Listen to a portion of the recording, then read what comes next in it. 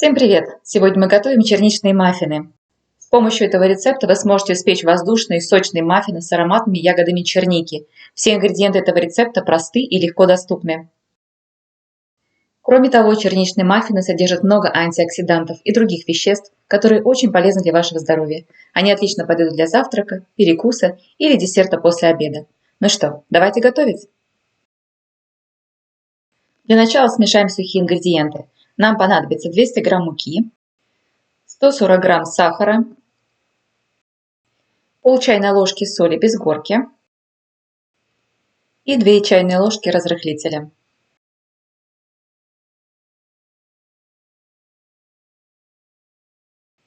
Сухую смесь нужно хорошенечко перемешать. В сухую смесь добавляем жидкие ингредиенты. Нам понадобится 120 мл молока, я буду добавлять его в 2 приема. 50 мл растительного масла и 1 яйцо.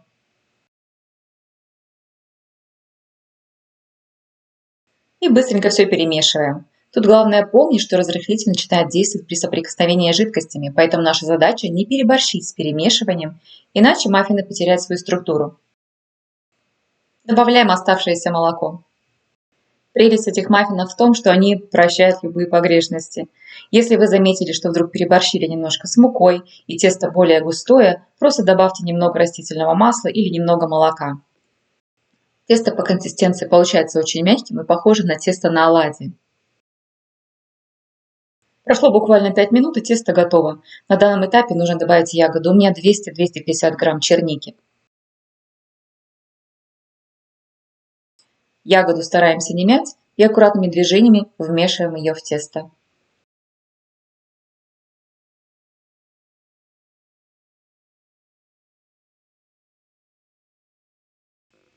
Тесто готово. Откладываем его в сторону и пока займемся формами.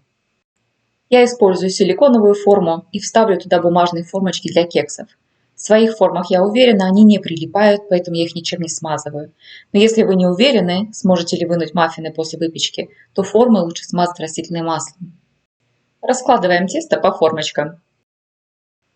Из этого объема теста у меня получается 11-12 маффинов.